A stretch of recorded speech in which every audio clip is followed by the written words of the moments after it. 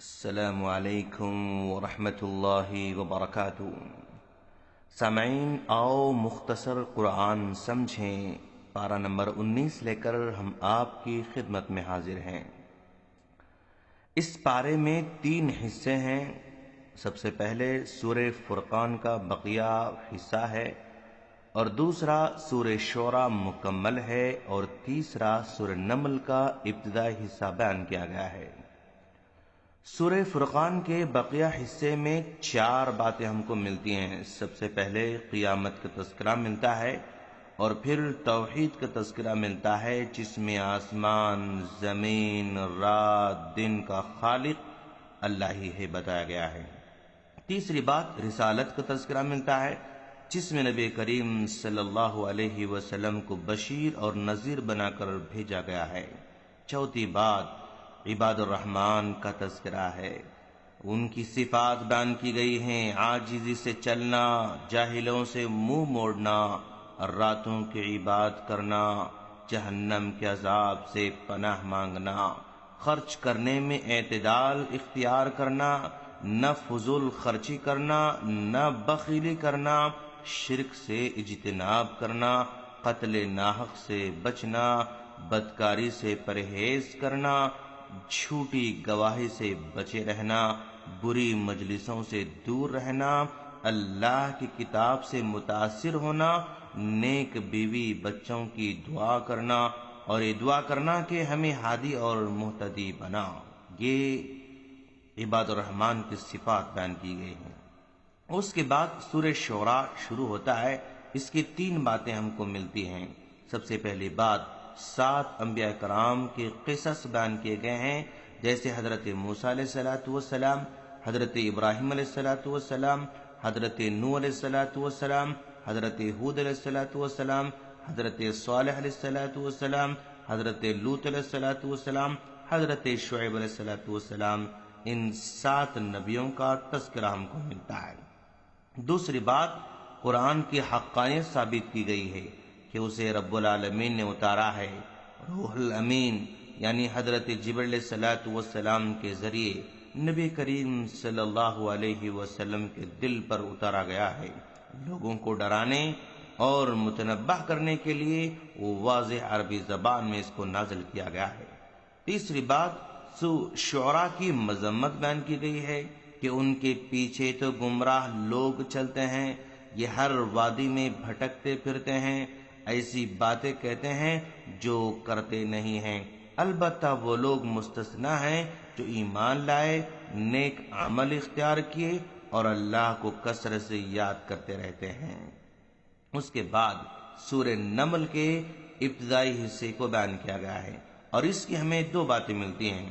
سب سے پہلے قرآن کی عظمت کا بیان اس میں کیا گیا ہے، اور پھر 5 انبیاء کرام کا تذکرہ کیا گیا ہے: حضرت موسیٰ علیہ السلام، حضرت داؤد علیہ السلام، حضرت سلیمان علیہ السلام، حضرت صالح علیہ السلام، حضرت لوط علیہ السلام، بالخصوص واقع نمل اور واقع ہدہد اور ملکہ سبا کا تذکرہ بھی یہاں پر کیا گیا ہے۔ ہم اس موقع پر آپ کے سامنے حضرت سلیمان علیہ السلام اور ہدہد کے بارے میں مختصر سے باتیں بتائیں گے۔ اللہ نے حضرت سلیمان علیہ السلام کو بڑی طاقت دے رکھی تھی۔ وہ جنوں کے ساتھ باتیں کیا کرتے تھے، پرندوں کے ساتھ باتیں کیا کرتے تھے، ہوا پر حکم چلاتے تھے۔ ایک موقع پر حضرت سلیمان علیہ السلام اپنے لشکر کے ساتھ جا رہے تھے۔ اچانک ہدہد کی ضرورت پڑی، تلاش کیا تو نہیں ملا۔ آپ نے کہا جب واپس آئے گا اور کوئی معقول عذر پیش نہیں کرے گا تو میں اس کو ضرور سزا دوں گا۔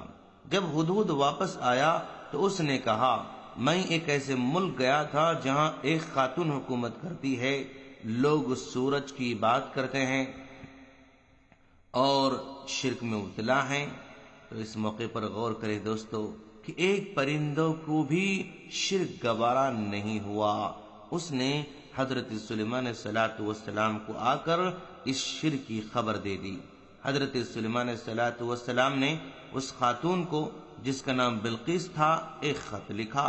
اس سے کہا کہ ایمان قبول کر لو، شرک کو چھوڑ دو اور مطیع بن جاؤ، ورنہ ایک بڑی فوج لے کر آؤں گا۔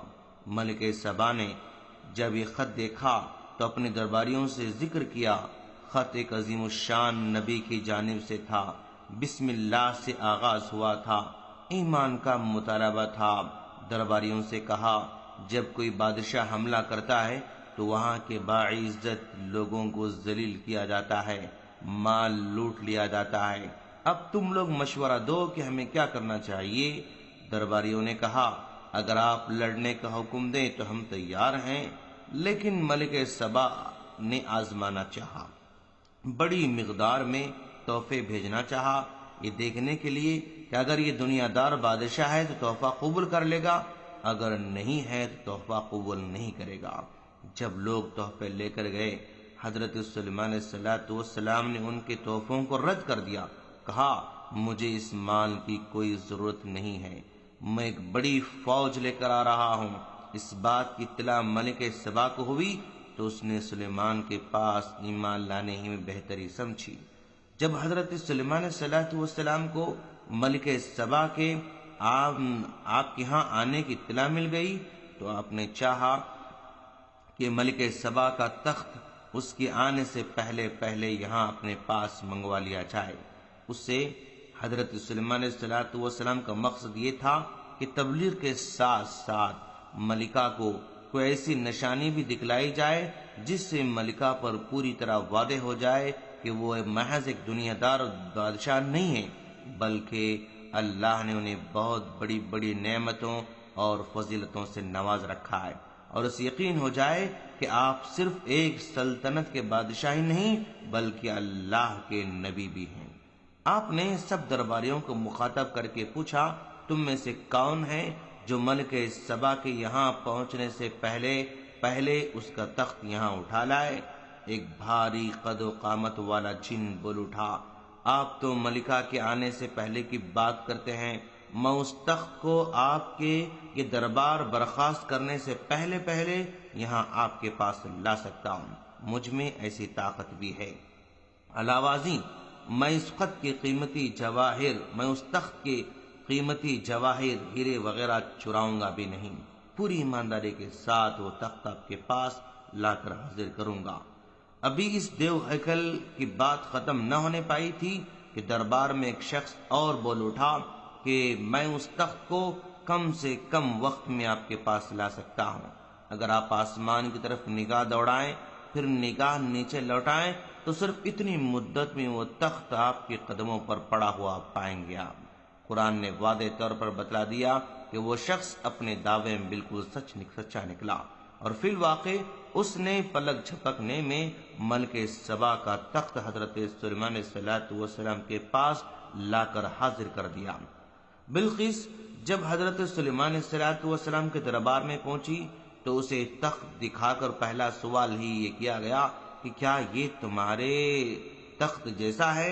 وہ بڑی عقل مند عورت تھی، اس نے فوراً پہچان لیا کہ تخت اسی کا ہے، البتہ اس میں کچھ تبدیلیاں کر لی گئی تھیں، لہذا اس نے جواب بھی سوال کے مطابق دیتے ہوئے کہا، یہ تو بالکل ویسا ہی لگتا ہے۔